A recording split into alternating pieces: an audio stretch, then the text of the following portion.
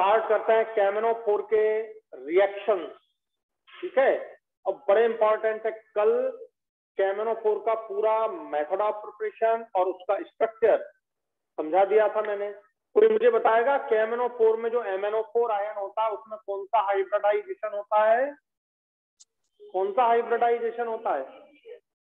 D3S। समझ आ गया था कैसे होता है D3S? और उसमें पाई बॉन्ड का टाइप बताओ कौन सा होता है? PP भी है और DP भी है, D5 P5 भी है और P5 P5। बहुत बढ़िया, तो सबको याद है। और स्ट्रक्चर टेट्राहेड्रल है। कोई बताएगा MnO4 ion pink colour, purple colour, कुछ जगह वॉयलेट कलर भी लिखा है, तो इसका रीजन क्या होता है? Charge transfer. बहुत बढ़िया, चार्ज ट्रांसफर ट्रांजिशन। पर कहां से कहां?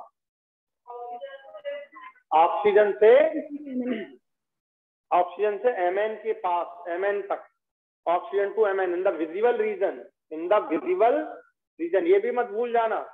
तो पूरा जब भी आप याद करो तो पूरा स्टेटमेंट कंप्लीट याद करना चाहिए, मतलब कंप्लीटली पढ़ना चाहिए। ऐसा नहीं कि आपने बस इतना कर लिया बस चार्ज ट्रांसफर ट्रांजिशन। अब आंसर हो सकता है charge transfer transition from Mn to O, from O to Mn, हो सकता है ना। तो इसलिए अपने को पूरा स्टेटमेंट अच्छे से पढ़ना चाहिए।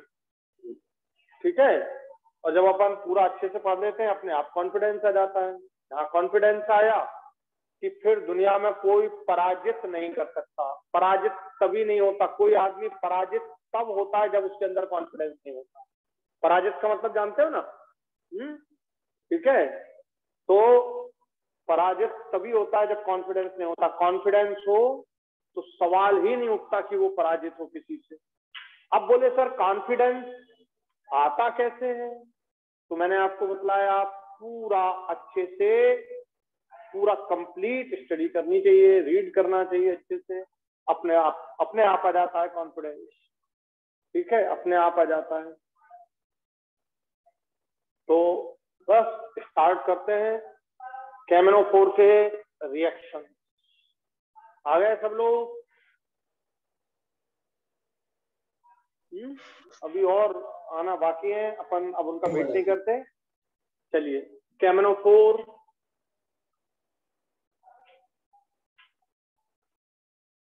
ये चल रहा था, KMnO4 रिएक्शन। तो कल मैंने आपको KMnO4 3 डिफरेंट मीडियम में समझाया था। एसिडिक मीडियम में, मुझे याद करके बताओ, एसिडिक मीडियम में KMnO4 माने MnO4 आयन एसिडिक मीडियम में H आयन, ठीक है, के साथ रिएक्शन करके किस में बदलता है? जल्दी आंसर दो। 2+2।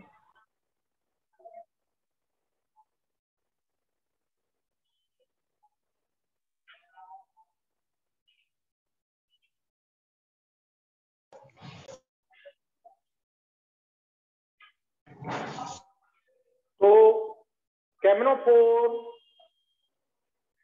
का +7 स्टेट, KMnO4 का +7 स्टेट कन्वर्ट होता है +2 स्टेट में। ये फिक्स है, बिल्कुल फिक्स है। और how many electrons are gained by KMnO4? 5 electron. अब मैं ऐसे बैलेंस नहीं कर रहा हूं, कल आप बैलेंस कर चुके हो, सबको याद है बैलेंस करना। ठीक है, याद है या नहीं?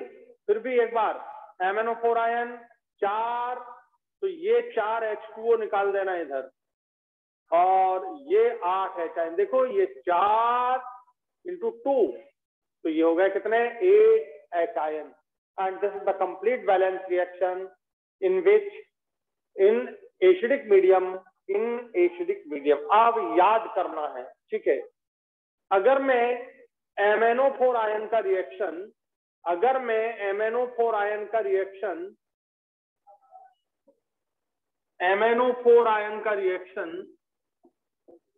H आयन के प्रेजेंस में Fe आयन से करता हूं, ये देखिए Fe आयन से करता हूं, ये Fe आयन।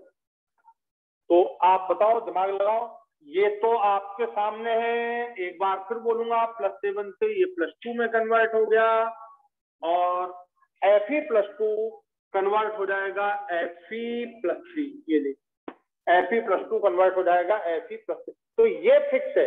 अब बात याद करना, ये फिक्स है ऊपर वाला MnO4 +7 से तो Mn+7 से +2 में जाएगा, ये बात फिक्स है। ये देखिए, ये इसमें कोई चेंज नहीं है, बैलेंसी की जरूरत नहीं, बैलेंसी में आपको बात मैं करा दूंगा।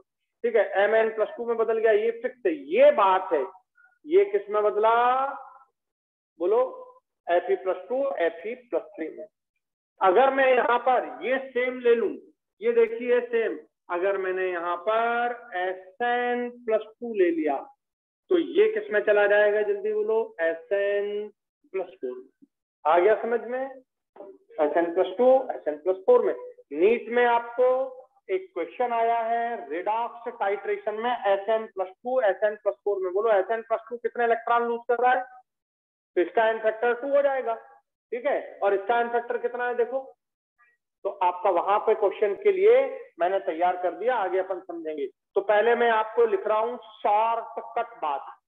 ठीक है, तो बताओ Fe+2 किस में बदलेगा? Sn+2 किस में बदलेगा? बोलो Sn+4 में। अगला देखो, फिर लिया, यदि आपने यहां ले लिया होता H2S, बहुत इंपॉर्टेंट H2S। बोलो ऑक्सीडेशन स्टेट कितनी है सल्फर की? कितनी है? -2। तो आपका ये तो वही बनेगा, ये क्या बन जाएगा? 0 स्टेट में कन्वर्ट हो जाएगा ये सल्फर। सल्फर 0 स्टेट में कन्वर्ट हो गया। सल्फर का क्या बन गया? Milky white precipitate. Milky white precipitate. यार ये बहुत इंपॉर्टेंट रिएक्शन है, याद करना। कहां पर पढ़ी है आपने?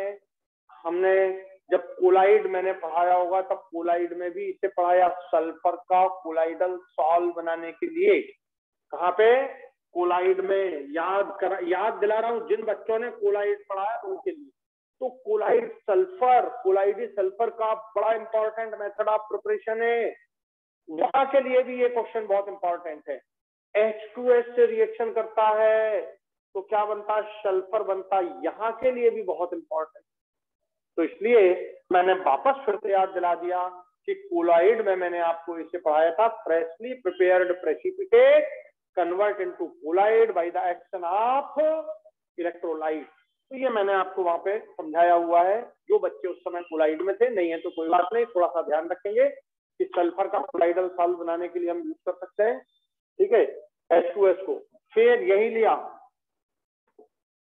भाइयों, नाइट्राइट लिया आपने NO2। ये देखिए NO2 पर चार्ज होता है माइनस, NO2 पर चार्ज होता है माइनस, तो NO2 कन्वर्ट होगा, ये तो वही, ये NO3 में कन्वर्ट हो जाएगा। ये NO3 में, ये देखिए +5 में कन्वर्ट हो गया, ये +3 था, +3 से +5 में कन्वर्ट हो गया, +3 से +5, -2 से 0, +2 से +4, +2 से +3। ऐसे बिल्कुल याद रखना है, ऐसे बिल्कुल याद रखना है। देखिए सल्फाइट ले लिया अगर आपने, ये देखिए ये लिया, और सल्फाइट ले लिया आपने SO3 -2, ये +4 ऑक्सीडेशन स्टेट है सल्फाइट के सल्फर का। ये बाकी पूरा सेम है, और ये सल्फेट में कन्वर्ट हो जाएगा। ये देखिए सल्फेट -2, ये +6 में कन्वर्ट हो गया सल्फर। तो हमें ये याद रखना है थोड़ा सा। देखो डरने की कोई जरूरत नहीं है, ये फिक्स है। यहाँ देख लो फिर से एक बार, MnO4 किस में बदलता है? जल्दी बोलो, Mn+2 में। ये देखो मैंने ये पूरा वही कर दिया, फिक्स है। अब चेंज Fe+2 Fe+3 में, फटाफट Sn+2 Sn+3 4 में, H2S का सल्फर, सल्फर के कोलाइडल सॉल्व में, NO2 +3 से +5 नाइट्रेट में, सल्फाइड सल्फेट में। तो चेंज ऑफ ऑक्सीडेशन स्टेट भी आपको समझ आ गई, +4 से +6 में। फटाफट लिखो।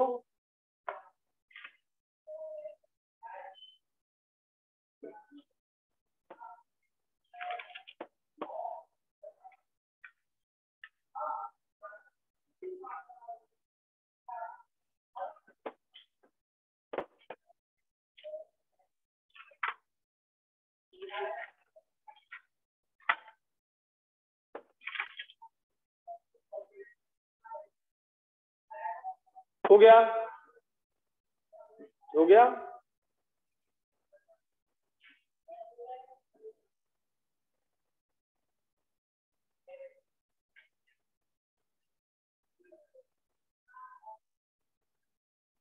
बेटा ये लगा देना।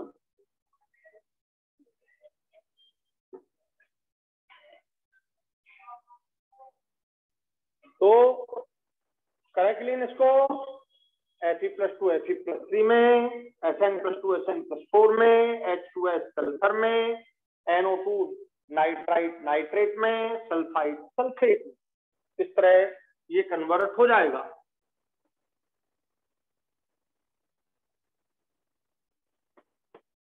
अब देखो इनकी जगह चेंज हो रही है।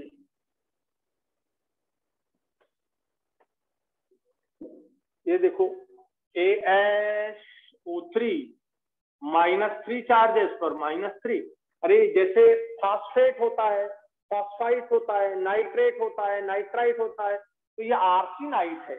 आर्सेनाइट +3 से ये ASO4 ये +5 में कन्वर्ट हो गया, ये +5 बन गया।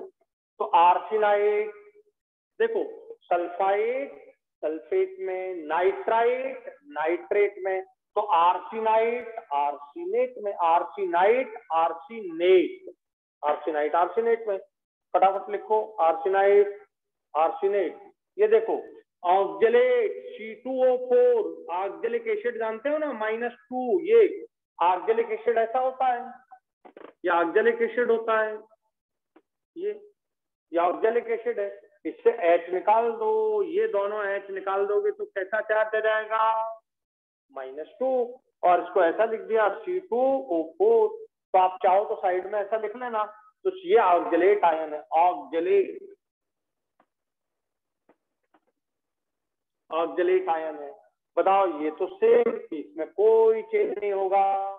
चेंज होने वाला कौन, ऑक्जेलेट का कार्बन, कार्बन डाइऑक्साइड में। ये देखिए +4 हो गया और ये हो गया +3, हो गया +3, +3 से +4, +3 से +4, +3 से +4।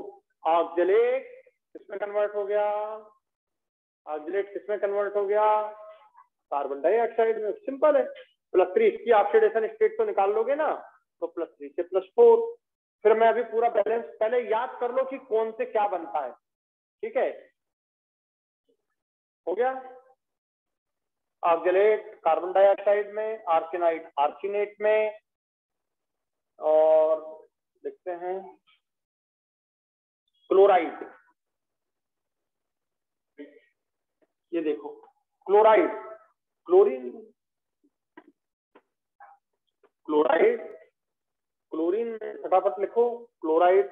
बोले सर अब कभी ध्यान रहे आपको तो एक काम और करना, यहाँ पर माइनस है तो Na3 जोड़ दो। ध्यान से सुनना, Na3ASO3, अरे माइनस है ना, ये Na3 जोड़ दिया, यहाँ पे -2 है, H जोड़ सकते हो, Na जोड़ दो, Na2C2O4, उससे कोई फर्क नहीं पड़ेगा। ये पेन के ढक्कन है, पेन के ढक्कन लगाना आता है ना, ये Na जोड़ दो, NaCl हो गया, इससे थोड़ी कोई फर्क पड़ेगा। रिएक्शन तो यहाँ हो रही है, ये Cl है, ये Na है, ये जोड़ दिया। तो कभी कभी आगे मैं अभी समझाऊंगा तो आपको याद रहेगा फिर। तो Cl आयन किसमें बदल गया, Cl2 में। Cl आयन किसमें बदल गया, Cl2 में। तो लिख लें इसको, और रहता है, ये कंप्लीट हो गया आपका।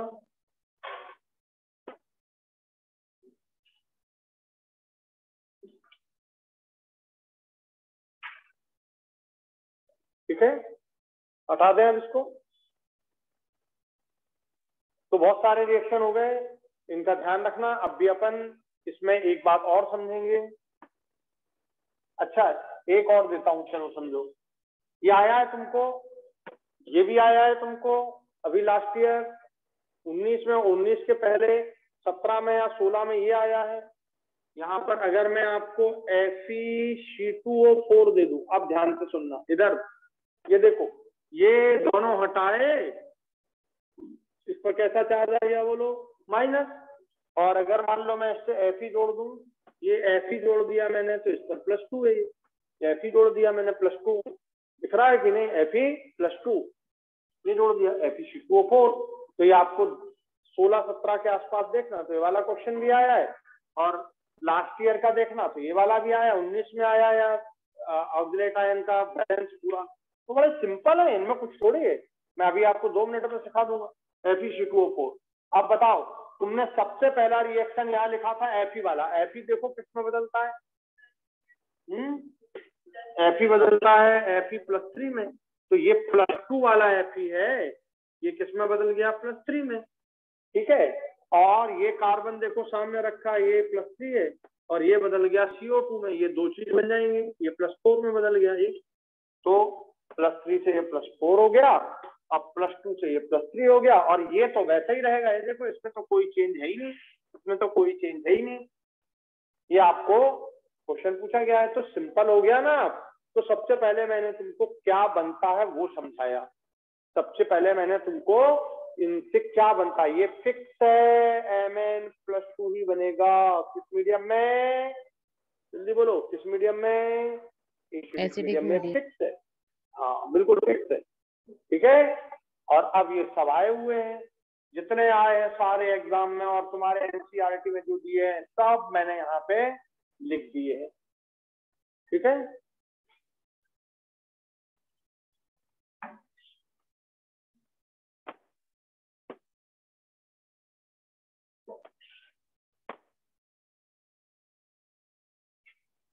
कर दूं अब इसको क्लीन, लिख लिए सब लोग।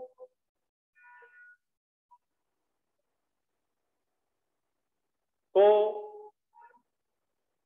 रट डालना Fe+2 Fe+3 में, Sn+2 Sn+4 में, ठीक है। ऐसे ध्यान में रखो थोड़ा सा, H2S सल्फर में, सल्फाइड सल्फेट में, नाइट्राइट नाइट्रेट में, आर्सेनाइड आर्सेनेट में, ठीक, ऑक्सलेट कार्बन डाइऑक्साइड में, और Cl आयन Cl2 में, FeC2O4 दोनों में। अब भी सबसे पहला वाला Fe था, और सबसे लास्ट वाला ये C2O4, दोनों को जोड़ दिया FeC2O4। दिमाग लगाओ, अब इनके क्वेश्चन, पहली चीज अगर प्रोडक्ट आए तो आप आसानी से समझ सकते हो कि क्या बनेगा, ये बात तो क्लियर हो गई। अब एक और लिखते हैं,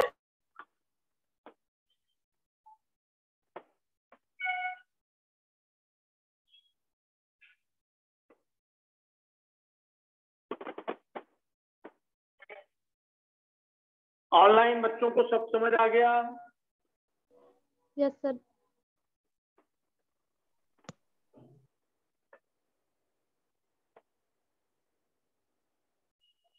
अब एक और बात है, अल्कलाइन मीडियम में बोलो या weak neutral, alkaline weak medium में या न्यूट्रल मीडियम में, दोनों में सेम रिएक्शन होता है। देखो जल्दी से, देखो जल्दी से,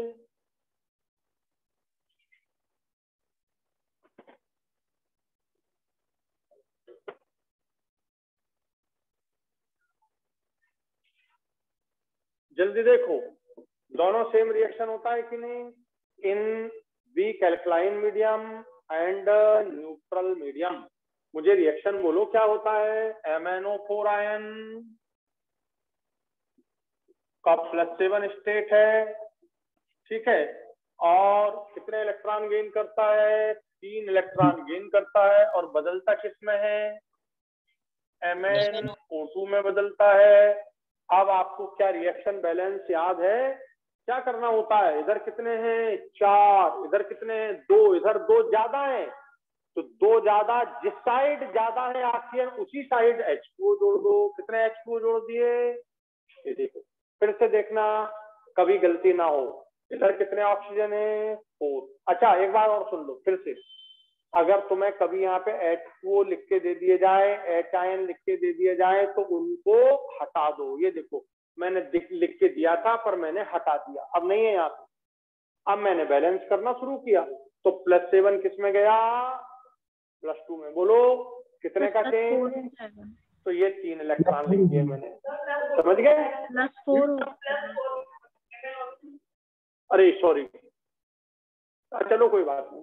तो ये +4 में कन्वर्ट हुआ, तो यहाँ +7 से +4 में गया, तो कितने इलेक्ट्रॉन गेन कर लिए, 3 इलेक्ट्रॉन, तो 3 इसका एन फैक्टर हो गया, वो भी समझा दिया था मैंने। अब इसको तो लिखना ही नहीं है, लिखा हुआ दे तो हटा देना, और 4 ऑक्सीजन और इधर 2 ऑक्सीजन, तो इधर कितने ज्यादा हैं 2, या 2 oxygen are more, added the 2 H2O same side where oxygen is more, तो यहाँ पर 2 H2O आपने ऐड कर दिया। अब पहले से 2 ज्यादा थे, 2 और आ गए, तो कितने हो गए, अब इस तरफ कितने ऑक्सीजन हो गए, 4 ज्यादा, और हाइड्रोजन देखो कितने, वो भी 4 है, तो मजा आ गया, ऑक्सीजन भी 4, हाइड्रोजन भी 4, OH आयन लिखिए, ये 4 हो गए, ये बैलेंस हो गया। तो this is the way to balance in the basic medium. और बताओ सिंपल हुआ कि नहीं? और मैंने तुम्हें रेडॉक्स भेज भी दिया है, तो रेडॉक्स में भी पूरा समझाया है, और मुझे उम्मीद है कि अब रेडॉक्स मुझे एक वर्ड भी नहीं बोलना पड़ेगा, सारा आ जाएगा। देन ये फिक्स हो गया MnO2 का बनना MnO4 से। अब मैं आपको रिएक्शन देता हूं, रट डालना है। ये देखो, ये बेसिक मीडियम में या न्यूट्रल मीडियम में बात कर रहा हूं मैं। अब मैं आपको एक क्वेश्चन देता हूं, MnO4 आयन ये फिक्स है, ये फिक्स है, ये फिक्स है, ये सब फिक्स है, ये सब फिक्स है। मैंने आपको रिएक्शन दे दिया आई के साथ, आई आयन के साथ। मैंने एसिडिक मीडियम में आई आयन के साथ नहीं लिखा है ना रिएक्शन, अभी ये लिख चुके हैं अपन, वो भी लिखना है, आप जगह छोड़ देना जरा, सब लिखना फिर। तो आई आयन को यह कन्वर्ट करता, ये तो सब बनेंगे, ये बनेगा आपका IO3 -1 आयन +5 ऑक्सीडेशन। ये भी आया है नीट में कि +5 में गया, कहां से, -1 से। अब बताओ, ये तो फिक्स है, ये देखो ये सब फिक्स है, ये मैंने एरो लगा दिए इसलिए कि अब आपको तकलीफ ना हो। आई आयन किस में गया, IO3। इसका नाम आप पढ़ चुके हैं, NaIO, NaIO3, NaIO4 पढ़ा है ना, सोडियम, जल्दी बोलो, आयोडेट। अगर मैं यहाँ पे Na लगा दूं तो यहाँ NaIO3 बन जाएगा, ठीक है। तो पेन के ढक्कन है, यहाँ पे मैं K लगा दूं तो तुम यहाँ K लगा देना, अगर मैंने यहाँ Na लगा दिया तो तुम यहाँ Na लगा देना। ये तो पेन के ढक्कन है, ठीक है, और इन्हें ऐसे ही पढ़ा जाता है। तो ये हटा दिया मैंने, ये पेन के ढक्कन हटा दिए, आयोडेट है ये, आयोडेट, ये आयोडेट। सोडियम होता तो सोडियम आयोडेट, पोटेशियम होता तो पोटेशियम आयोडेट। तो ये नीट में आपको पूछा गया है, बहुत इंपॉर्टेंट है, और ये आपको NCERT में भी दिया हुआ है, रेडॉक्स में देख लीजिएगा। तो लिखिए इसको। अच्छा, एसिडिक मीडियम में I2 में बदलता है। एसिडिक मीडियम में आपको स्पेस नहीं हो तो ऊपर लिख लेना, एसिडिक मीडियम में यही चीज MnO4 ion plus I ion in acidic medium, H ion के प्रेजेंस में ये Mn+2 में बदलता है और ये I2 में बदलता है। अब जरा देखो, दोनों में अंतर देख लो, ये कहाँ पे बदलता है, I2 में, और ये +7 से, ये तो मालूम ही है +2 में, लेकिन यहाँ देख लो ये IO3। यही इसकी इंपॉर्टेंट बात है। मैंने इसे छोड़ के रखा था लेकिन वो ध्यान नहीं रहा मुझे और मैंने ये लिख दिया, लेकिन आप एसिडिक मीडियम में इसे रेड कलर से लिख लो ताकि गलती ना हो। एल्कलाइन मीडियम में किसमें जाता है और एसिडिक मीडियम में किसमें जाता है।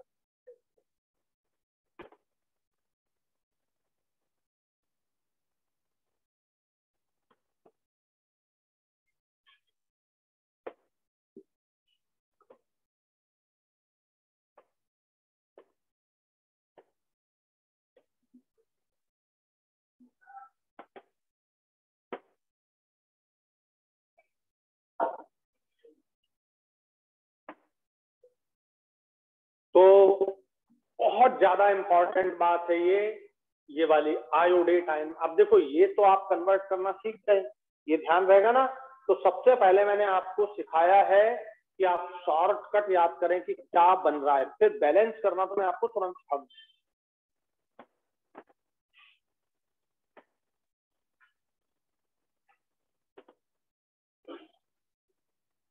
चलो, ये आयोडेट बन गया, बहुत इंपॉर्टेंट आयोडेट का बनना, ठीक। अब ध्यान से सुनो, एक और रिएक्शन है, ये एक हो गया, ये दूसरा MnO4 आयन, यार मैं बार बार लिख दे रहा हूं, इसको रिएक्ट कर रहे हैं हम Mn+2 आयन से, Mn+2 आयन से। ये देखो +7 है, ये आप जानते ही हैं इसको, ये तो हो गया -1। ये +7 स्टेट किसमें बदलेगी? MnO2 में। ये बदल गया MnO2 में, ये बदल गया MnO2 में। ये देखिए +4 से इसमें, और ये Mn+2 है, ये भी इसी में बदलता है। और ये भी आप चाहो तो दोबारा लिख लो, मुझे कोई दिक्कत नहीं है, मुझे कोई दिक्कत नहीं है। ये आप 2 बार लिख लो, ये भी गया और ये भी वही बना MnO2 में। ये देखो, तो MnO4 का +7 भी +4 में MnO2 में कन्वर्ट होता है, और Mn+2 भी MnO2 में कन्वर्ट होता है। ये देखिए दोनों में सेम, ठीक है। अब मीडियम क्या है? अल्कलाइन मीडियम है, या न्यूट्रल मीडियम भी बोल सकते हैं, ठीक है। आपको ये याद करना, Mn+2 भी किसमें बदलता है? Mn+4 में, दोनों ही MnO। अच्छा उल्टा पढ़ो रिएक्शन, अगर मैं MnO2 बोलूं तो MnO2 का क्या हुआ इसमें? ऑक्सीडेशन, और MnO2 का इसमें क्या हुआ? रिडक्शन। क्या रिएक्शन है? इस तरफ आने वाली रिएक्शन बोलो जल्दी से, है डिस्प्रपोर्शनेशन। डिस्प्रपोर्शनेशन का मतलब उसी का ऑक्सीडेशन, उसी का रिडक्शन। तो सेम स्पीसी का ऑक्सीडेशन और रिडक्शन यदि होता है तो हम उसे बोलते हैं डिस्प्रपोर्शनेशन। ध्यान से सुनना, बैकवर्ड रिएक्शन जो होती है वो डिस्प्रपोर्शनेशन हो गई।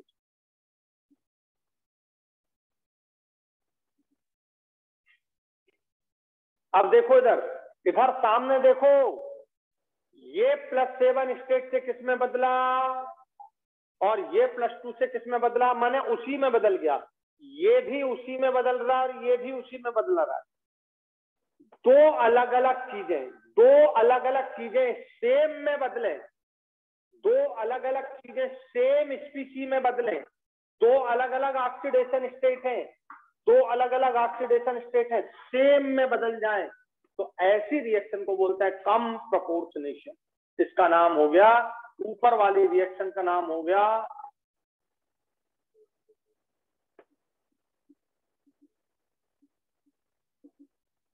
ये दोनों एक दूसरे के अपोजिट होती हैं।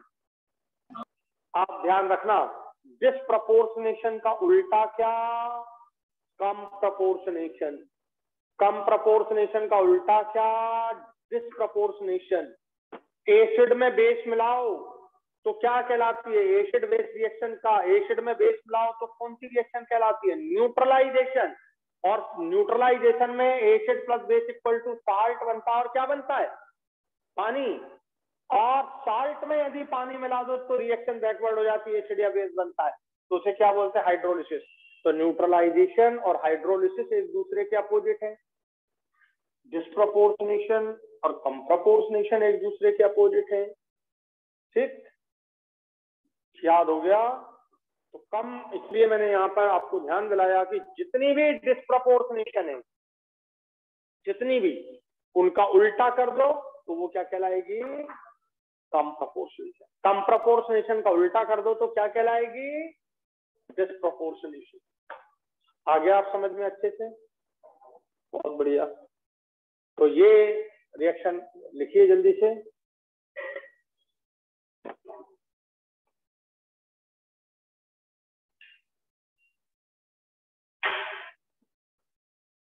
अब अगर आपने यहां पर ये ले लिया होता MnO4 आयन प्लस, इसको देखो,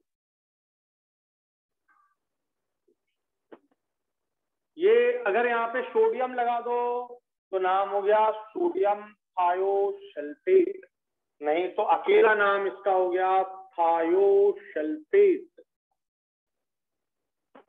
ठीक है, क्या नाम है? ये देखो, ये थायोसल्फेट और इसमें सोडियम लगा दिया, सोडियम तो रिएक्ट करना नहीं, तो यहाँ पे अगर आप सोडियम लगा दो Na2H2O3 तो नाम हो जाएगा सोडियम थायोसल्फेट, पोटेशियम थायोसल्फेट। ठीक है, पोटेशियम लगा दो और यह प्रोडक्ट आपका बन जाएगा सल्फाइड, ये थायोसल्फेट को सल्फेट में कन्वर्ट कर देगा, SO4 -2 +6 में चला जाएगा ये, और यहाँ पर है ये +2 में, और ये तो वही रहेगा, ये तो एरो लगे हुए तो वही रहेगा। समझ आ गया? तो सोडियम थायोसल्फेट को सोडियम सल्फेट में, पोटेशियम थायोसल्फेट को पोटेशियम सल्फेट में, थायोसल्फेट आयन को सल्फेट आयन। ये कैसे मीडियम में हो गई? वीक अल्कलाइन मीडियम में रिएक्शन हो गया, ध्यान रखिएगा।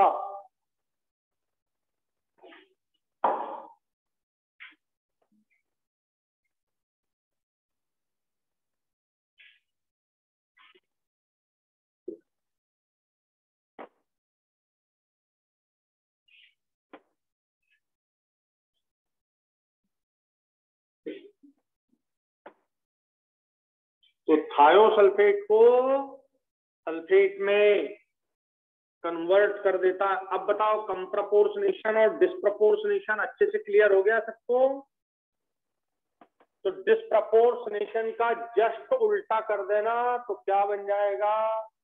कंप्रपोर्शनेशन। बस अब तो मैं कभी कंप्रपोर्शनेशन और डिस्प्रपोर्शनेशन इतना बार बताया मैंने, डिस्प्रपोर्शनेशन, लेकिन कंप्रपोर्शनेशन आज, क्योंकि अब तुमको विश्वास है कि डिस्प्रपोर्शनेशन तब आता है तो कंप्रपोर्शनेशन उसका उल्टा है बस। ठीक है, समझ आ गया? चलिए, तो ये आपका कंप्लीट हुआ। अब थोड़ा सा रिएक्शन को बैलेंस करना सिखाते हैं, जो क्वेश्चन आए हैं वो समझा देते हैं ताकि आपको पूरी तरह से कॉन्फिडेंस आ जाए। MnO4 आयन का balancing in acidic medium, balancing in acidic medium. चलिए देखिए, याद करना है MnO4 आयन, ठीक है, आप जानते हैं MnO4 आयन को अगर मैं ऑक्जेलेट आयन से रिएक्शन करूं, ये आपको लास्ट ईयर ही पूछा गया है, या ऑक्जेलेट आयन और ये फ्री कर दिया। अब बताओ क्या तुम्हें याद है MnO4 आयन एसिडिक मीडियम में +7 से किसमें जाता है? जल्दी बोलो। +2 में। ये देखिए, ये लिख दिया, ये ऑक्सीडेशन स्टेट को इसमें लिख दिया, ये +7 से चला गया +2 में। ये तुम्हें याद है कितने इलेक्ट्रॉन लिए?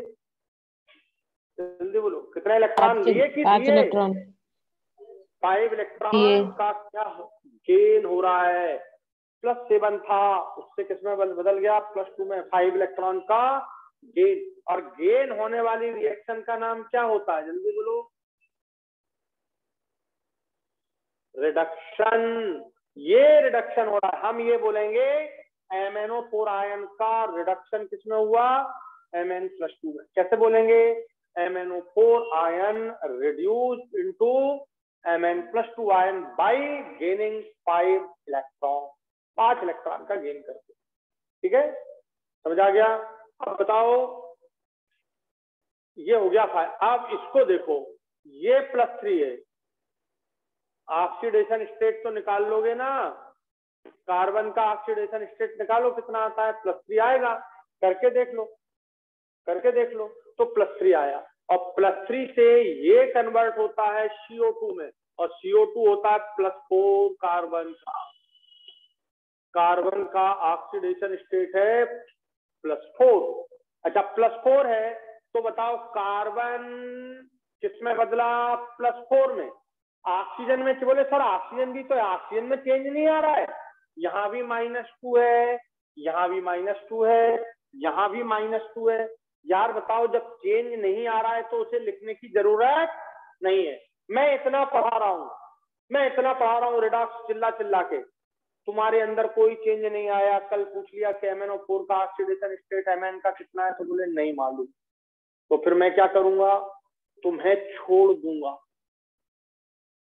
तो इस रिएक्शन में ऑक्सीजन के ऑक्सीडेशन स्टेट में कोई चेंज नहीं आ रहा है, तो उससे अपन ने छोड़ दिया, चेंज नहीं है। या चेंज नहीं है तो फिर फायदा क्या करने का? मैं 2 घंटे तुम्हारे साथ मेहनत करूं, तुम जैसे आए थे वैसे ही चले गए, तुम जैसे आए थे वैसे ही चले गए, तो क्या फायदा हुआ? कुछ भी फायदा नहीं हुआ। समझ आ गया? समझ आ गया? अंगुलीमाल और बुद्ध और अंगुलीमाल को जानते हो? बहुत ही फेमस, ये दुनिया का सबसे फेमस एग्जाम्पल है। अंगुलीमाल बहुत ज्यादा पापी और बहुत ही दुरात्मा था। मतलब उसने कसम खाई थी कि मैं 1000 लोगों को मार के उनकी अंगुलियां पहनूंगा, तो अंगुलियों की मालाएं लटकाता है यहाँ पे। समझ गए? 999 मार चुका था, 999 मार चुका था, एक अकेला बचा था। भगवान बुद्ध तो मतलब सब अंदर से सब जानते हैं, उनको तो प्रकाश प्राप्त हो गया था भगवान बुद्ध को, लेकिन अब एक और बचा था मारने के लिए। अंगुलीमाल के अंदर मन में आया कि अब कोई नहीं मिल रहा है मारने के लिए यहाँ से, अब आज तो माँ को ही मार डालता हूँ। 1000 पूरी प्रतिज्ञा तो करना है, तो माँ को मारने की तैयारी। भगवान बुद्ध को अंदर अंतरात्मा में ज्ञान हुआ कि नहीं यार, ये बहुत बड़ा पाप हो जाएगा।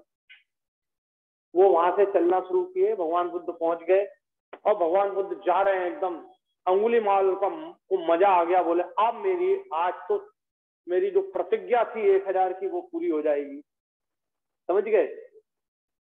वो अंगुलीमाल वहीं से चिल्ला रहा था, खड़ा हो जा वहीं पे, हे सन्यासी वहीं खड़ा हो जा। लेकिन बुद्ध भगवान तो अपने मस्ती से बिल्कुल मुस्कुराते हुए चले जा रहे हैं, बढ़ते जा रहे हैं, आगे खड़ा नहीं हो रहे हैं।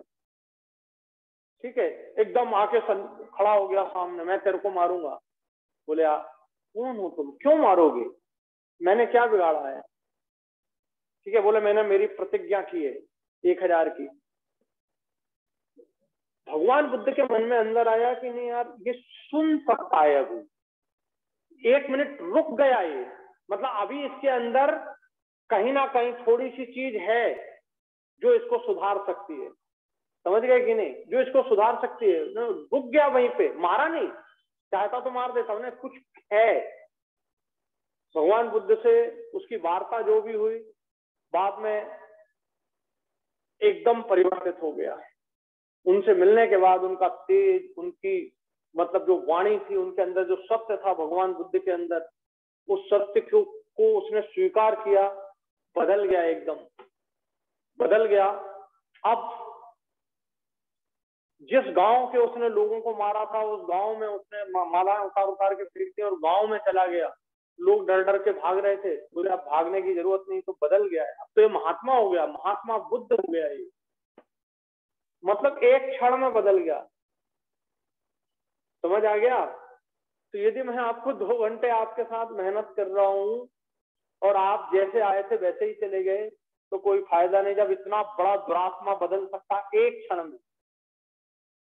समझ गए? एक सिंगल मोमेंट में वो चेंज हो गया। और अब जिस गांव के लोग उससे डरते थे, उसी गांव के लोग, उस गांव के बच्चे उसे पत्थर मार रहे हैं, खूना खून हो रहा है, बह रहा है खून, उससे पत्थर मार रहे हैं, लेकिन इसके बाद भी कुछ नहीं बोल रहा है, शांत हो गया, सारे पाप समाप्त हो गए उसके। तो MnO4 ion convert into Mn+2 ion and C carbon +3 convert into +4 ion and there is a change +3 to +4, एक का चेंज हुआ। ठीक है, बट यहाँ पर कितने, जल्दी बताइए, 2 तो मल्टीप्लाइड बाई 2, ये करना ना भूलें। क्यों? +3 से +4 में जा रहा है 1 कार्बन, हमारे पास यहाँ कितने कार्बन है? 2 कार्बन। तो आप यहाँ पर पहले ही लिख दीजिए कि ये 2CO2 बन जाए बैलेंस के पहले, तरीका समझ लीजिए।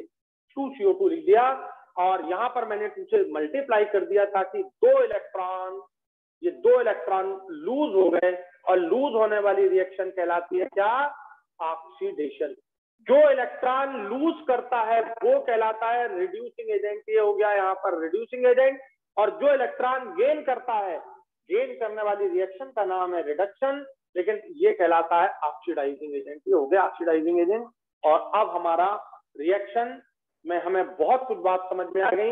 ये हमारे पास 2 मिल गया, यहाँ पर हमको इस दो का, बहुत ध्यान से सुनिएगा, इस दो का इसमें और इस 5 का इसमें क्रॉस मल्टीप्लाई कीजिए और रिडक्शन रिएक्शन का इलेक्ट्रॉन कोफिशिएंट, रिडक्शन रिएक्शन का इलेक्ट्रॉन कोफिशिएंट का मल्टीप्लाई इस रिएक्शन में और ऑक्सीडेशन का इलेक्ट्रॉन कोफिशिएंट रिडक्शन वाली इस रिएक्शन में क्रॉस मल्टीप्लाई करिए।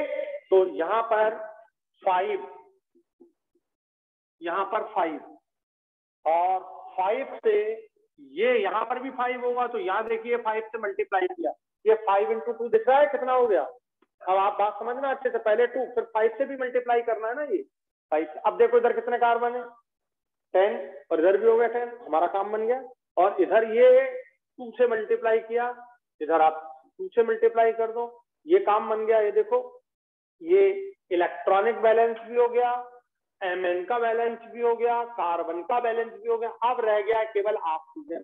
ऑक्सीजन देखो किस मीडियम में बैलेंस कर रहे हैं, देखो एसिडिक मीडियम में जब बैलेंस करना हो तो एचाइन की जरूरत, ध्यान से सुनो। यहाँ पूरे ऑक्सीजन काउंट कर लो, 4 into 2 8, ये 4 into 5 20 और ये 8, तो इस तरफ ऑक्सीजन है 28 और इस तरफ ऑक्सीजन काउंट कर लो कितने हैं 20। इस तरफ कितने ऑक्सीजन ज्यादा है 8, ठीक है। आप बैलेंस कर रहे हैं एसिडिक मीडियम में, there is 8 oxygen more than 8 H2O is added opposite side and how many H ions are required for the balancing? 16 H ions, 16 H ions. This is the complete balance equation. समझ आ गया। तो आपको last year यह question आया, MnO4 ion, C2O4 ion और H ion के coefficient. तो MnO4 ion का कोफिशिएंट है 2, ऑक्सिलेट आयन का 5 और H आयन का 16 कोफिशिएंट। ये आपका आंसर था। तो आपको कोफिशिएंट दिए हुए थे, पहचान लिए। कभी कभी क्या करते हैं, इधर देखो ये कोफिशिएंट भी दे देते हैं और ये भी पूछ लेते हैं, ये इनका भी पूछ सकते। तो आपको जब ये आ जाएंगे तो ये भी आ जाएंगे। हो गया क्लियर सर अच्छे से, कोई दिक्कत तो नहीं। अब देखो अगर क्वेश्चन पूछा जाए कि इस रिएक्शन में बैलेंस है ये पूरी, इसमें टोटल इलेक्ट्रॉन एक्सचेंज कितना हो रहा है, total electron exchange in the complete balance reaction, answer दो, आंसर दो, आंसर दो आप लोग। अब आपने 2 का इधर कर दिया और 5 का इधर मल्टीप्लाई कर दिया, तो 10 इलेक्ट्रॉन, 1 से कितने इलेक्ट्रॉन 5, अब कितने हो गए 2 से, तो 10 इलेक्ट्रॉन यहाँ पर, 10 इलेक्ट्रॉन यहाँ पर गेन किए गए। और यहाँ देखो 1 कितने छोड़ रहा है 2 और यहाँ कितने हैं, तो 10 इलेक्ट्रॉन यहाँ छोड़ दिए गए। There is the exchange of 10 electrons. तो गड़बड़ नहीं करना, नहीं तो बोले सर 5, अरे ये तो 5 छोड़ ले रहा है और ये 2 दे रहा है, मैं ऐसे तुम्हें 2 पेन दूं और तुम्हें 5 पेन हाथ में मिल जाए, ऐसा थोड़ी होगा।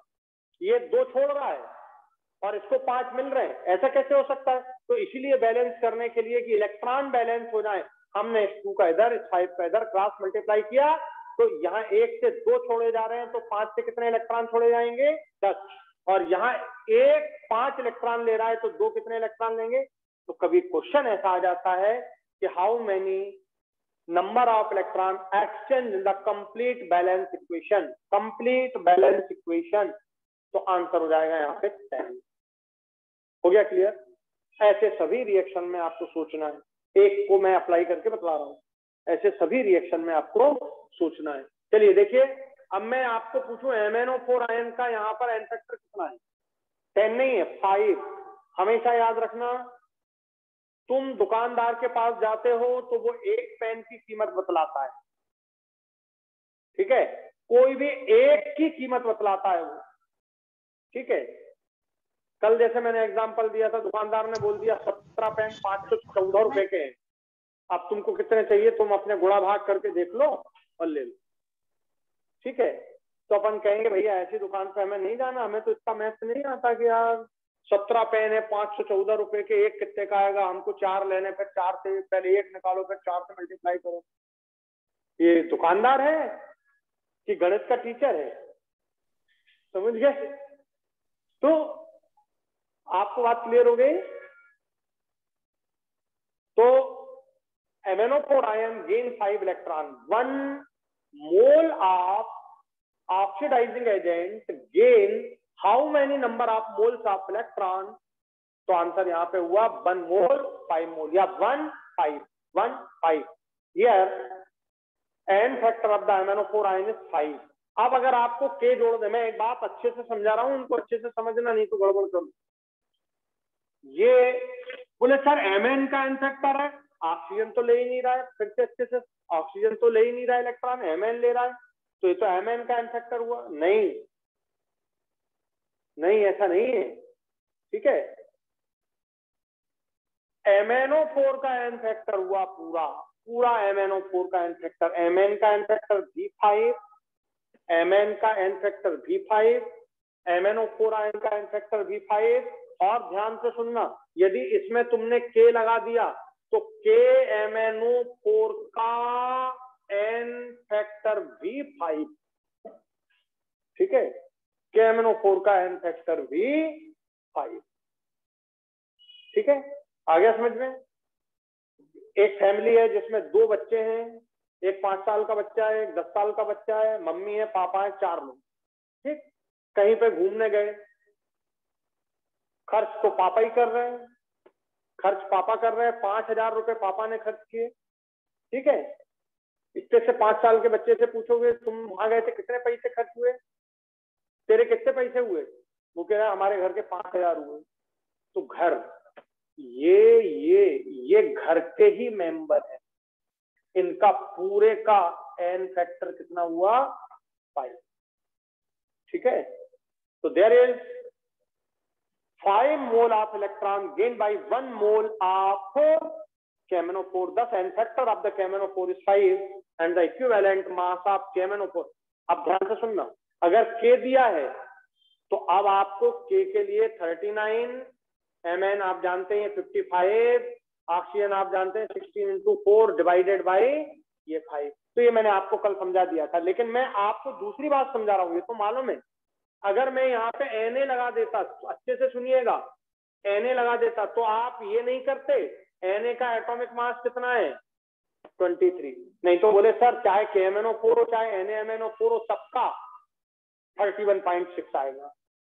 31.6 आपने KMnO4 का निकाला है कल, अब यहाँ पे 23 करना पड़ेगा आपको, नहीं तो आप गड़बड़ कर दें। आ गया समझ में। अरे भाई जो जोड़ोगे उसका एटॉमिक मास लिखना है आपको। ये तो पेन के ढक्कन है, सोडियम आयन, पोटेशियम आयन, ठीक है। समझ आ गया पॉइंट अच्छे से। अब यहाँ 23 कर देना। कभी कभी ऐसा गड़बड़ हो जाता है हमसे, इसलिए मैंने बोला। हाँ, मॉलिक्यूलर वेट बाई 5 इसका भी आंसर है और उसका भी आंसर है, n फैक्टर तो 5 है। तो molecular weight by 5 is the equivalent mass of KMnO4 as well as NaMnO4। तो आपको जरूरत पड़े तो इसका लिख दीजिएगा। आ गया समझ में आपको। n फैक्टर की जरूरत पड़ेगी, इक्विवेलेंट मास की जरूरत पड़ेगी। इसको देखो, ऑक्जेलेट आयन का n फैक्टर भी 2। अगर मैं आपको यहाँ पर Na लगा दूं तो Na2C2O4 हो जाएगा, Na2C2O4 हो जाएगा, और उसका n फैक्टर भी कितना होगा 2, क्योंकि सोडियम तो पेन का ढक्कन है, वो बदलेगा नहीं, तो C2O4 का n फैक्टर भी 2। अगर मैं यहाँ H लगा दूं, ठीक है, या अगर मैं यहाँ पे H लगा दूं तो यहाँ पर ये हो जाएगा C2H2O4, तो भी n फैक्टर इसका कितना रहेगा 2, कोई उसमें परेशानी नहीं, ठीक है। आप इक्विवेलेंट मास लिखोगे तो मॉलिक्यूलर मास बाई 2 ही होगा। समझ आ गया। तो ये ध्यान रखने की जरूरत है, कभी कभी इक्विवेलेंट मास की हमको जरूरत पड़ती है क्वेश्चनों में, तो वो आपसे बन जाए। तो अभी मैंने आपको 2 चीज समझा दी, n फैक्टर, इक्विवेलेंट मास। किसी भी रिएक्शन में क्या किसमें बदलता है इसका हमें ध्यान रखना है। यदि ये आपको क्लियर है तो ये सब बातें क्लियर है और बैलेंस भी आपको पूरी क्लियर हो गई।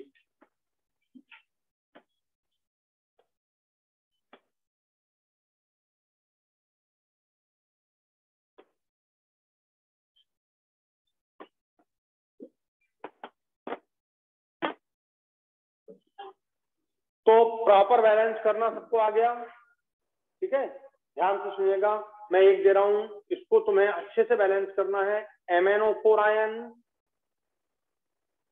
ऑक्सीडेशन स्टेट को जानते हैं +7, मीडियम है एसिडिक, और मैं आपको दे रहा हूं FeC2O4। अभी मैंने आपको केवल C2O4 दिया था, अब मैंने दे दिया आपको FeC2O4, और मैंने आपको सबसे लास्ट में यह रिएक्शन लिख के दिया है कि किसमें क्या बदलता है। आप ये रिएक्शन आपके सामने है, आप प्रोडक्ट लिखो और मुझे बैलेंस करके बताओ। आपके पास केवल 1 मिनट लिखिए।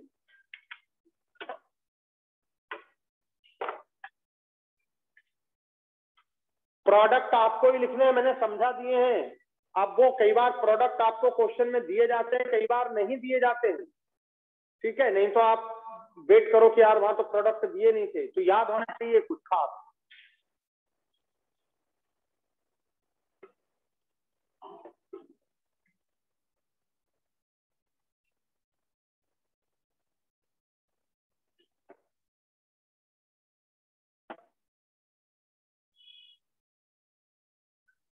MnO4 नेगेटिव का 1 होगा, H का 4+ होगा और FeCO2O4 का 5 होगा।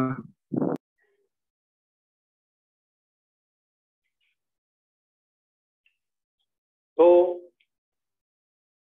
रट्टा मार देना चाहिए। Mn+7 से हमेशा किस में जाएगा? Mn+2 में। पहली बात तो यहाँ पर तो एकदम हमारा कॉन्सेप्ट क्लियर है 5 का। ये 5 हो गया कोफिशिएंट ऑफ इलेक्ट्रॉन।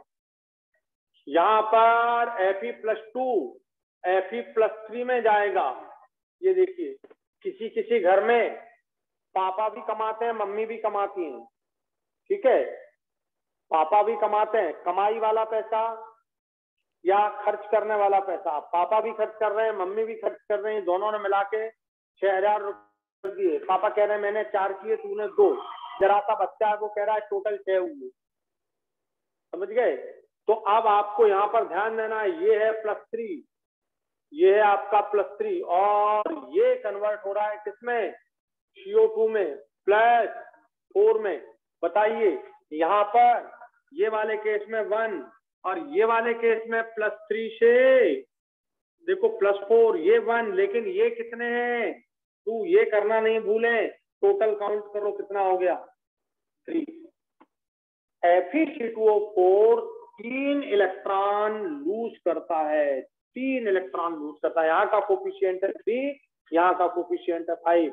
यह 5 इलेक्ट्रॉन गेन, ये 3 इलेक्ट्रॉन का लॉस।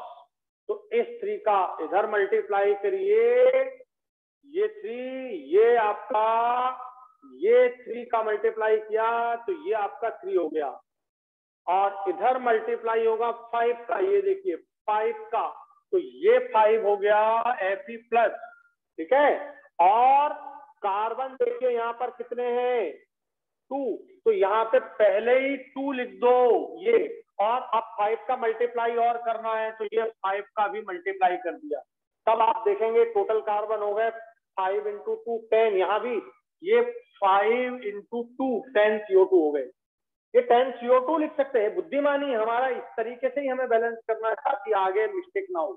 तो आपका ये रिएक्शन बैलेंस हो चुका है इलेक्ट्रॉनिकली। अब आपको बैलेंस करना है ऑक्सीजन। ऑक्सीजन काउंट करो कितने हैं? ऑक्सीजन यहाँ पर कितने दिख रहे हैं? ये 12 हैं। यहाँ पर देखो कितने हैं? 20 है। 20 है ना? 5 और 4, तो ये 20 हो गए इधर, और यहाँ पे 12 है। कितने हो गए टोटल ऑक्सीजन? 32। यहाँ ऑक्सीजन काउंट करो कितने हैं? ये 2 × 10 के 10 है ना ये, तो 2 × 10 कितने हो गए? 20। तो यहाँ आपके ऑक्सीजन है 20 और यहाँ है 32, तो इधर कितने ऑक्सीजन ज्यादा है? बोलो। 12 ऑक्सीजन ज्यादा है। मतलब मुझे यहाँ पर क्या लिखना चाहिए? 12 H2O। अगर 12 H2O मैं यहाँ लिख दूंगा तो 12 ऑक्सीजन पूरे इस तरफ और इस तरफ बैलेंस हो जाएंगे। और हाइड्रोजन कितने दिख रहे हैं? 24। यहाँ पर ये 24, ये आपका बैलेंस हो गया। समझ आ गया? तो this is the complete balance equation in the acidic medium. अरे कहाँ दिक्कत है यार? कोई दिक्कत का मामला ही नहीं है। अगर आप इसे अच्छे से समझ लो तो कोई दिक्कत का मामला ही नहीं है। आप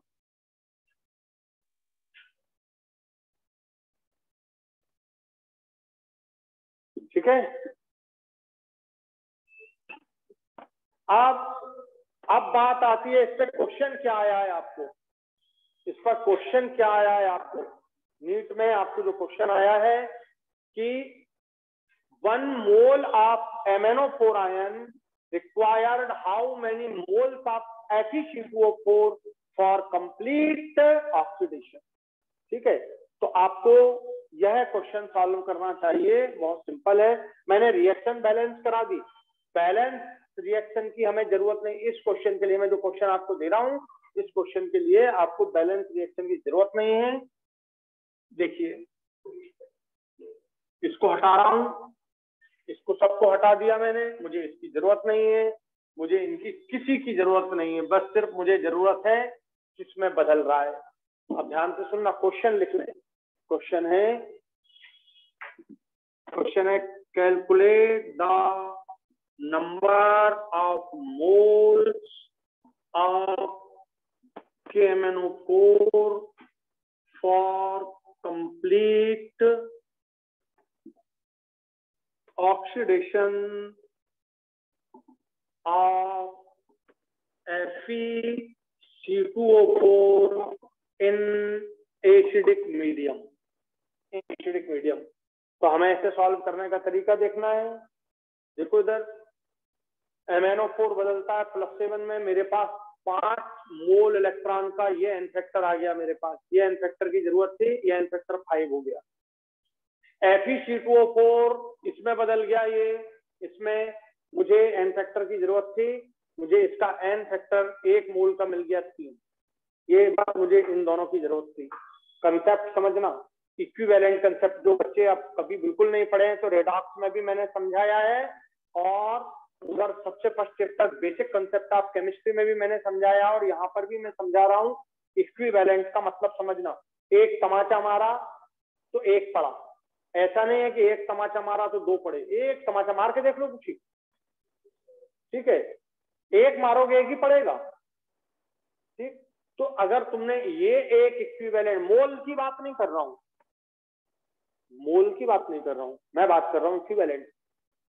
the equivalent concept is this, number of equivalent of oxidising agent equal to the number of equivalent of reducing agent. यदि ये 1 है तो ये 1 है, ये 2 है तो ये भी 2 होंगे, ये 10 है तो ये भी 10 होंगे।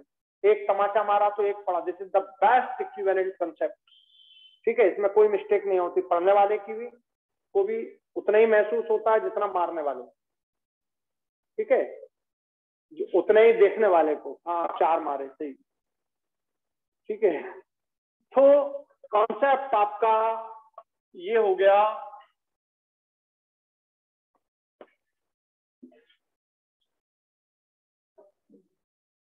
Number of equivalent of KMnO4 जो कि ऑक्सीडाइजिंग एजेंट है equal to the number of equivalent of Fe2O4, और इक्विवेलेंट इक्वल टू होता है N factor into number of मोल।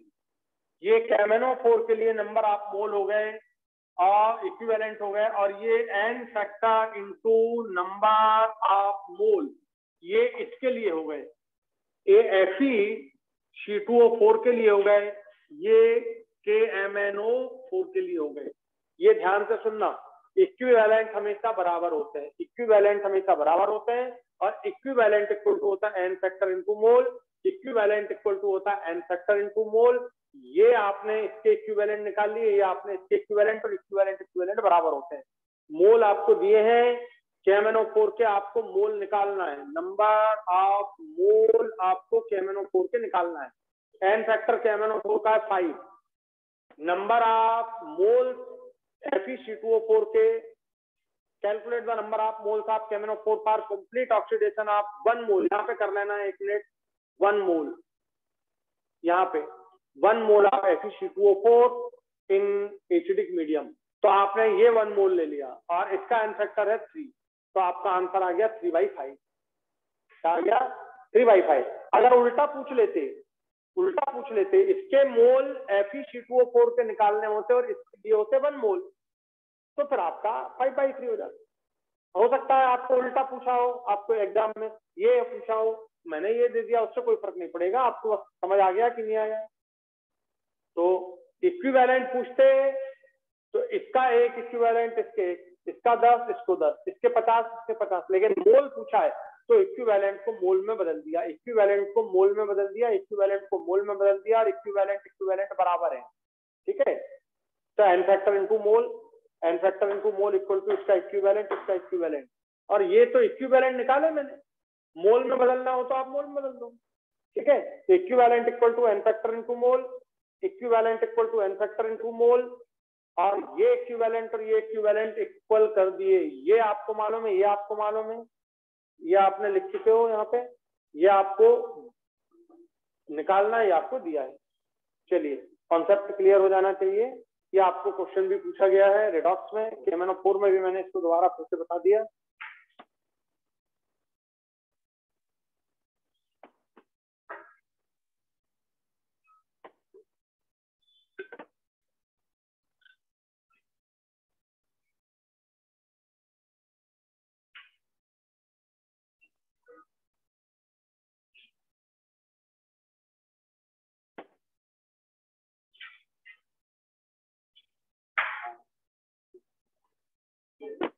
तो ये रिएक्शन हो गया आपका एसिडिक मीडियम में बैलेंस करने का। एक और बस 2 मिनट अपन एल्कलाइन मीडियम में और मैं समझा देता हूँ। एक रिएक्शन को बैलेंस करना ध्यान से समझ लें, वो भी क्वेश्चन आपको पूछा गया है। सबसे वो वाला रिएक्शन देखो, इन एल्कलाइन मीडियम या इन वीक एल्कलाइन, वीक लिखना है ना, वीक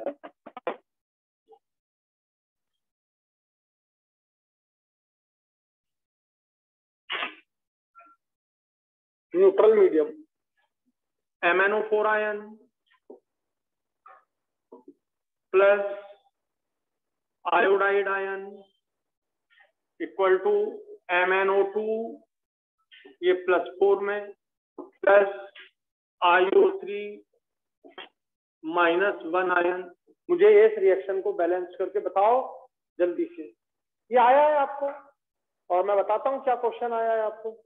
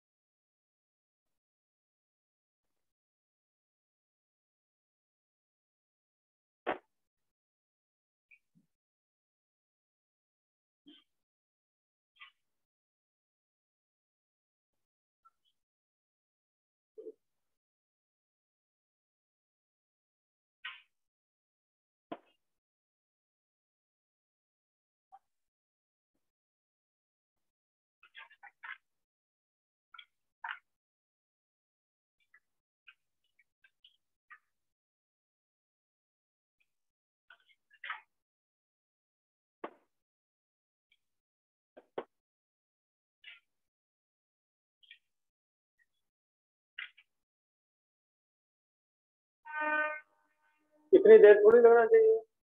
यह +7 से किस में गया, +4 में। कितने का चेंज आपको दिखाई दे रहा है, जल्दी बोलिए। 3 का। इसका एन फैक्टर हो गया 3। आई आयन ये -1 से, ये देखिए इसमें ऑक्सीडेशन स्टेट आप निकालिए तो यह है +5 ऑक्सीडेशन स्टेट। यहाँ पर -1 है इसकी, -1 से +5, कितने का चेंज, क्या बोलिए, 6 का चेंज। रेशो देखिए 3:6 माने 1:2, 1:2। ठीक है, हमेशा मिनिमम रेशो में बैलेंस होना चाहिए। तो 3:6 हुआ माने 1:2। इस 2 का इधर मल्टीप्लाई कीजिए, इस 1 का इधर मल्टीप्लाई कीजिए। ये जब 2 का इधर मल्टीप्लाई किया तो ये हो गया 2MnO2 और ये हो गया 1, यहाँ पर ये 1 IO3। अब आपको केवल बैलेंस करना है ऑक्सीजन। इधर कितने ऑक्सीजन है, 8, इधर 8 है, इधर कितने ऑक्सीजन है, 4 + 3, कितने हुए, 7। इस तरफ 7 ऑक्सीजन है, इस तरफ 1 ऑक्सीजन ज्यादा है, एक ऑक्सीजन ज्यादा। आप बैलेंस कर रहे हो एल्कलाइन या न्यूट्रल, ध्यान से सुनना, एल्कलाइन और न्यूट्रल मीडियम में बैलेंस सेम तरीके से होता है। एल्कलाइन मीडियम में बैलेंस और न्यूट्रल मीडियम में सेम होता है, एसिडिक में अलग होता है उसका। अब इधर कितने ऑक्सीजन ज्यादा हैं? एक। तो आप इस तरफ क्या करो, एक H2O ऐड कर दो। अब ऑक्सीजन कितने ज्यादा हो गए? एक पहले से ज्यादा था, एक और बढ़ गया, 2 ऑक्सीजन और 2 क्या हो गए? हाइड्रोजन। ये 2 हाइड्रोजन दिख रहे हैं, ये 2 ऑक्सीजन हो गए, प्लस 2OH, प्लस 2OH, ये आपका ये बैलेंस हो गया। तो बैलेंस पूछा जाए तो वो भी बन जाए। अब इसमें क्वेश्चन क्या आया था मैं आपको बतलाता हूं। KMnO4 अल्कलाइन मीडियम में Ki के साथ, अगर मैं यहाँ पे Ki लिख दूं, ये Ki लिख दूं, Ki के साथ रिएक्शन करता है तो क्या बनता है? तो ये बनता है KiO3। इसका नाम क्या हो गया? Potassium iodate. तो KiO3 बनता है। ये आपको क्वेश्चन आया है, ठीक है। अब बैलेंस है तो वो भी बता दिया मैंने, न्यूट्रल मीडियम में। अब कम प्रपोर्शनेशन डिस्प्रपोर्शनेशन भी आपको मालूम हो गया, उल्टा सीधा, ठीक बात। तो ये आपका कंप्लीट हुआ। अब इसके एक और छोटे से 1-2 क्वेश्चन और करने हैं, लिखो जल्दी, हो गया।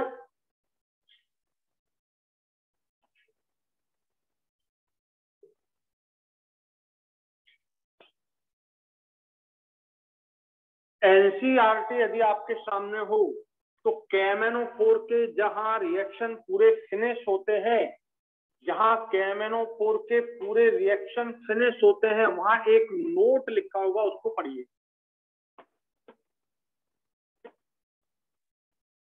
अगर आपके पास एनसीईआरटी हो तो KMnO4 का जहां पर बिल्कुल लास्ट रिएक्शन हो वहां पर एक नोट दिया हुआ है, उस नोट को पढ़िए। तो KMnO4 can not be used in the HCl acidic medium, ठीक है। HCl एसिडिक मीडियम में KMnO4 का यूज नहीं करते, ठीक है, क्योंकि इससे हमको बेहतर रिजल्ट नहीं मिलता है, रिजल्ट अच्छे नहीं आते। उसके क्या कारण है, यह क्वेश्चन आपको पूछा गया है। मैं आपको क्वेश्चन लिखता हूं, आप समझिए इधर यहाँ पे।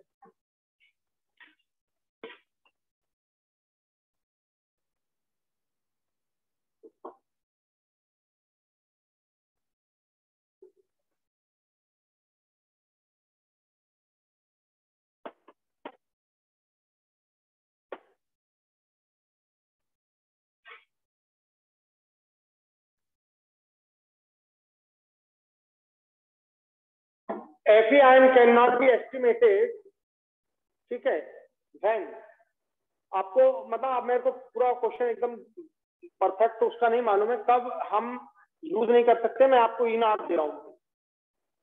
पहला है MnO4 ion, 8H ion, 5 electron, Mn+2, 4H2O। इसके लिए आपको E0 का वैल्यू है +1.51 वोल्ट।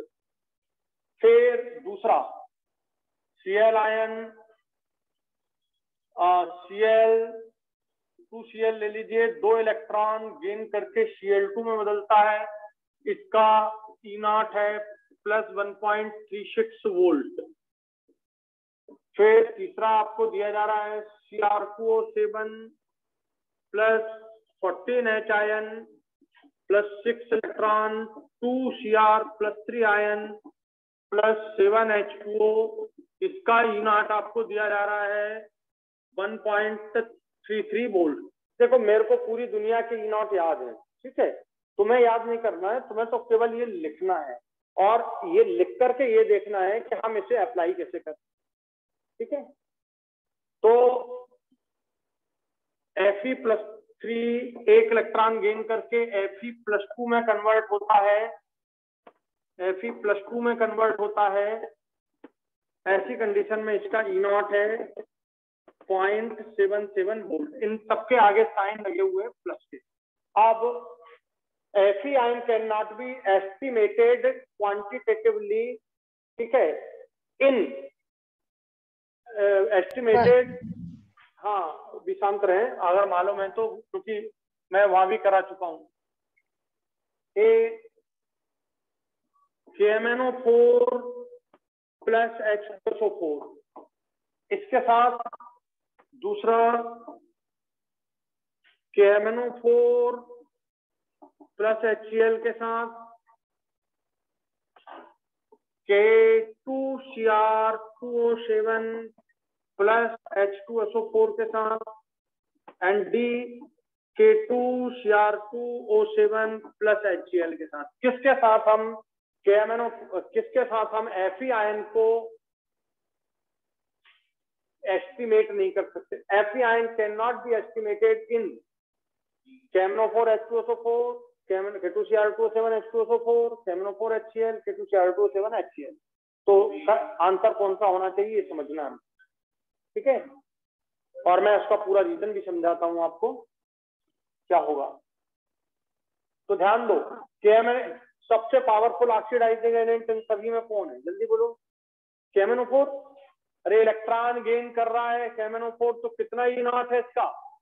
सबसे ज्यादा।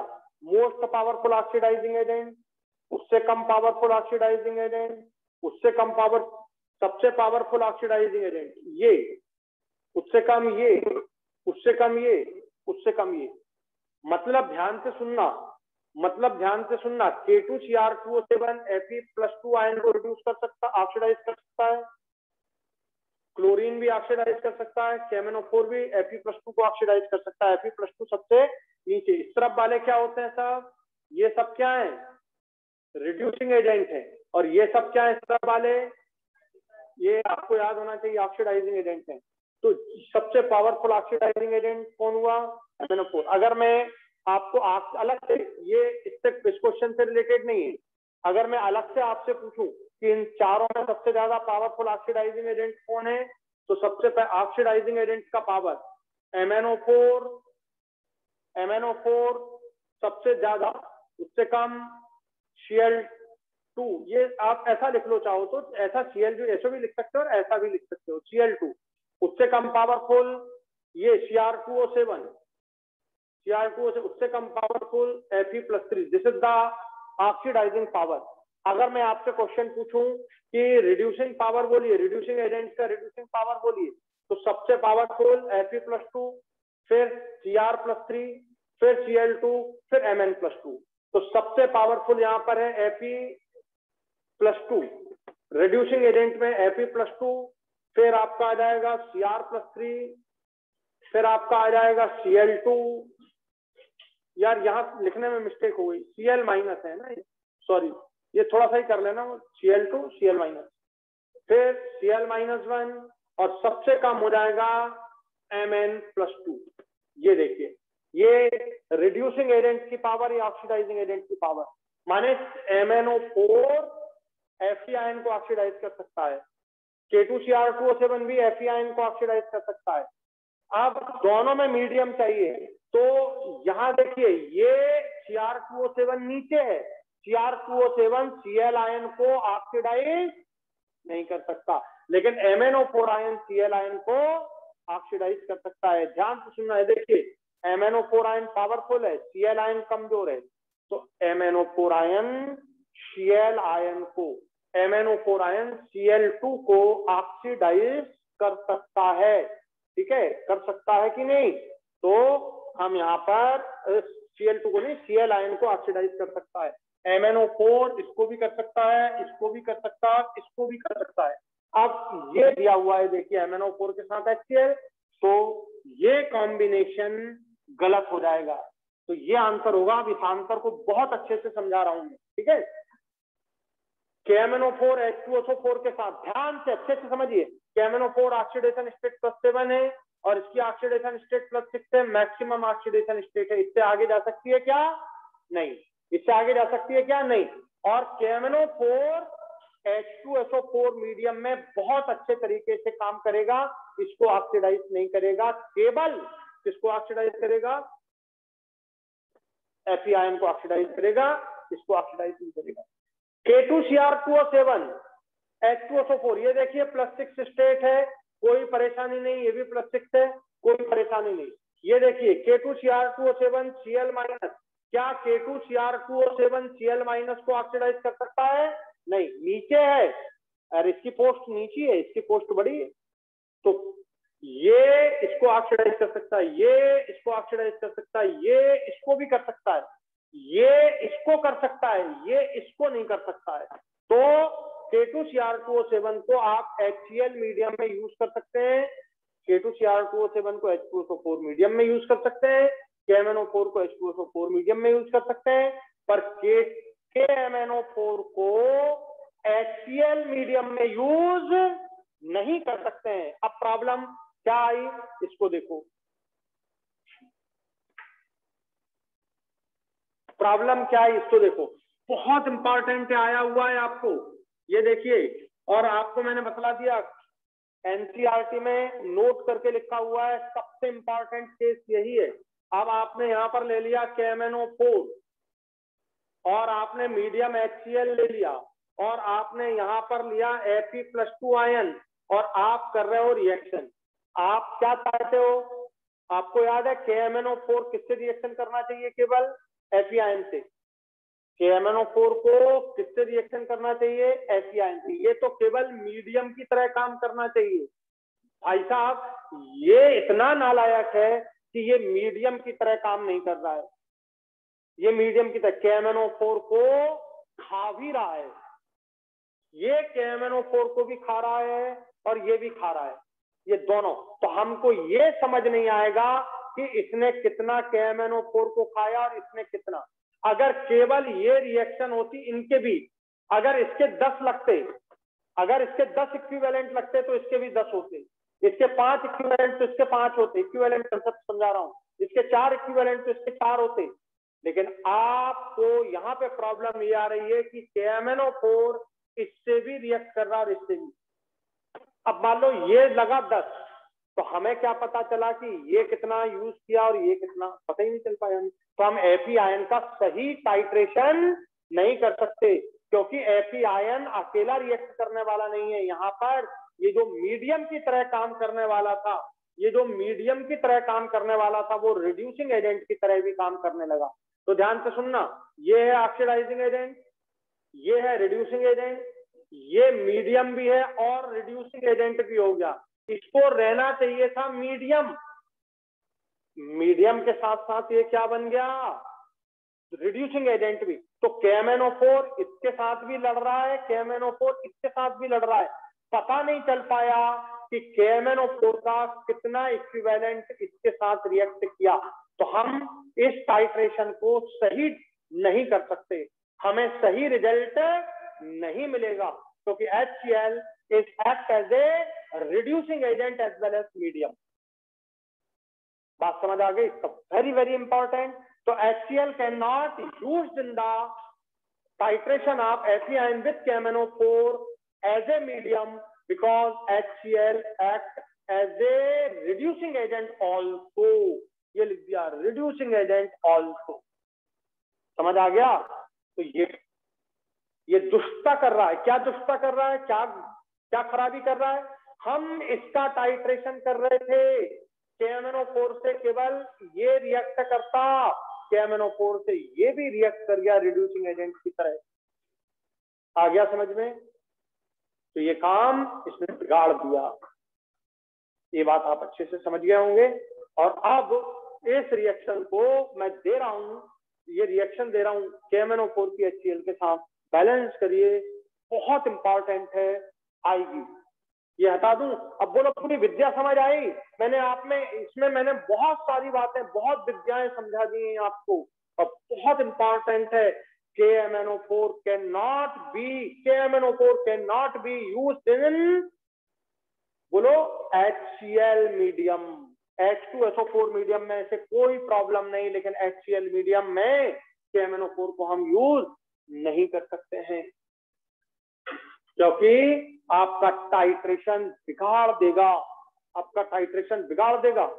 समझ गए कि नहीं? दोनों काम कर रहा है, ठीक है, दोनों काम कर रहा है। तो दो काम करने वाले, एक साथ दो काम करने वाले बिगाड़ देते हैं। मैं तुम्हें बॉटनी पढ़ाने लग जाऊंगी, केमिस्ट्री के बाद बॉटनी, ठीक है, मतलब मैं बॉटनी भी बिगाड़ दूंगा और केमिस्ट्री भी बिगाड़ दूंगा, पक्का। तो ये यहाँ पे दो काम कर रहा है। मीडियम, जिसे मीडियम का काम करना चाहिए, वो रिड्यूसिंग एजेंट का काम करने लगा। पूरा बिगाड़ के रख देगा वो।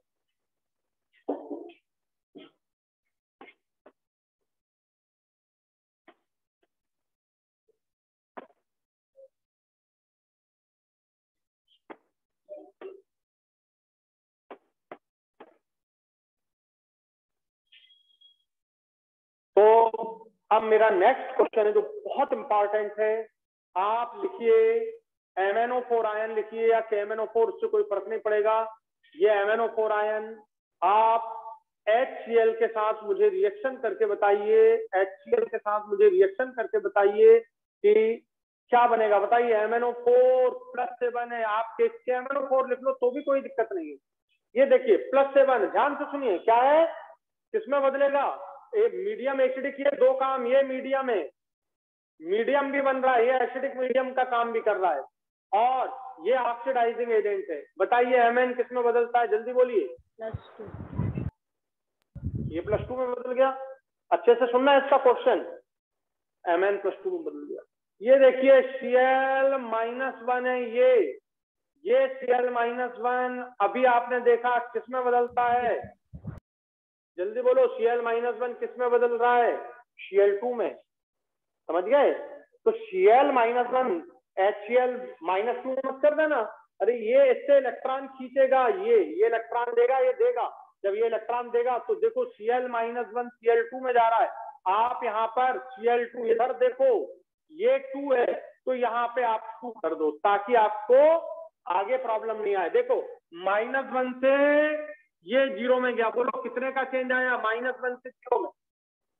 अरे -1 से 0 में पहुंचो, तुम बेसमेंट में एक सीढ़ी चढ़ के आओगे, 0 पे आओगे, एक ही सीढ़ी चढ़े तो 1, लेकिन आपने कितने ले लिए, 2, क्योंकि आपको यहाँ क्या बन रहा है, Cl2। तो आप यहाँ पे 2 से मल्टीप्लाई कर दो तो ये आपका बैलेंस हो जाएगा। ये 2 हो गया इसका, 2 HCl के लिए 2, 1 HCl के लिए 1, 2 के लिए 2। ऐसा क्यों किया, बात समझ आ गई। आसान करने के लिए, क्योंकि यहाँ भी 2 है और यहाँ भी 2 है, आप इसे, ये आसान तरीका है। अब क्रॉस मल्टीप्लाई करो, इसमें कितने हैं, +7 से 5, तो यहाँ आपने 5 का मल्टीप्लाई कर दिया, ये 5 का मल्टीप्लाई कर दिया, ये देखिए। तो आपके पास ये हो गए 10, ये 5 का मल्टीप्लाई किया और इसको इधर 2 का मल्टीप्लाई कर दीजिए। तो जब 2 का मल्टीप्लाई करोगे तो ये 2 हो गए, ठीक है, और इधर 5 × 2 तो ये हो गया 10 Cl2। ये आ गया आपका, ये रिएक्शन आपका बैलेंस हो गया। अब आपको क्या बैलेंस करने हैं, जल्दी देखो। अब आपको ऑक्सीजन बैलेंस करने हैं। तो ऑक्सीजन बैलेंस करने के लिए आपको, अब ऑक्सीजन बैलेंस करने के लिए आपको मीडियम चाहिए। अच्छे से सुनना, अब ऑक्सीजन का बैलेंस चल रहा है, बस ध्यान से सुनना, इसमें आने वाला क्वेश्चन। कितने ऑक्सीजन है, जरा देखो, बोलो कितने ऑक्सीजन, 8। इधर कितने ऑक्सीजन है, बोलो, एक भी नहीं है, इधर एक भी नहीं है टोटल। तो इधर मैं कितने H2O ऐड कर दूं, जल्दी बोलो, 8 H2O ऐड कर दूं। 8 H2O ऐड कर दिए मैंने। अब बताओ इधर कितने H आयन हुए, जल्दी बोलो, बोलो 16। 16 H आयन। यहाँ देखो 16 में से कितने तुम्हें दिखाई दे रहे हैं, बोलो 10।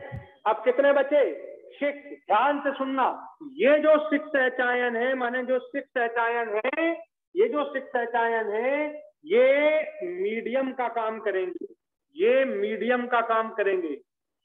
ये 6 HCl जो है ये मीडियम का काम करेंगे। और ये जो HCl नीले वाले दिख रहे हैं, ये नीले वाले HCl जो दिख रहे हैं ना तुमको, ये वाले, ये रिड्यूसिंग एजेंट का काम कर रहे हैं। तो यहाँ पे 2 काम कर रहा है। ये HCl कितना नालायक हो गया, क्या नालायक कर रहा है, मीडियम का काम करने वाला था, रिड्यूसिंग एजेंट का भी काम करने लगा।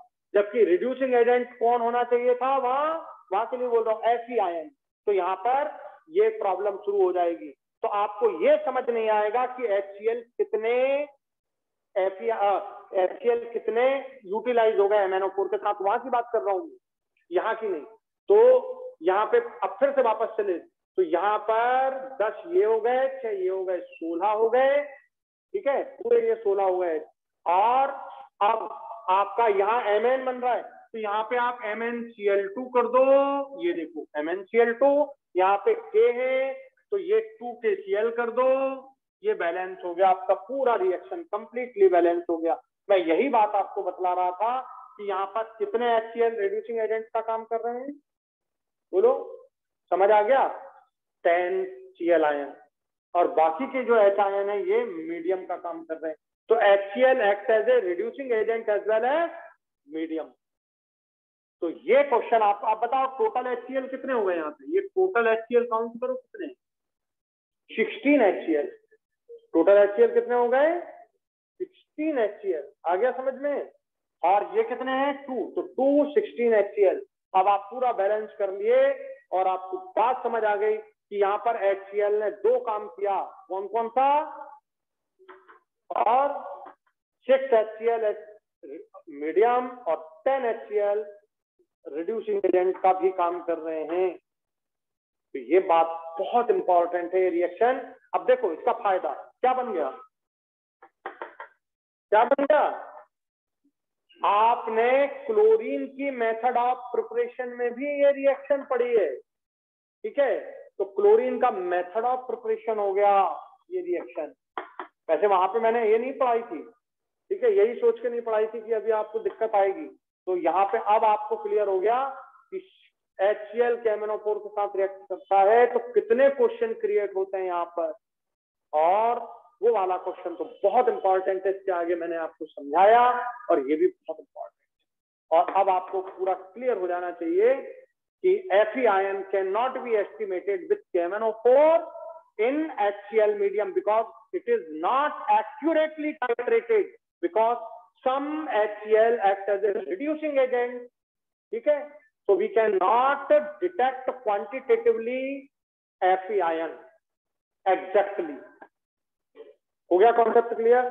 चलिए ये KMnO4 पूरी तरह से समाप्त हो गया, इसकी सारी बातें आपको समझा दी। Thank you very much. जय हिंद, जय भारत।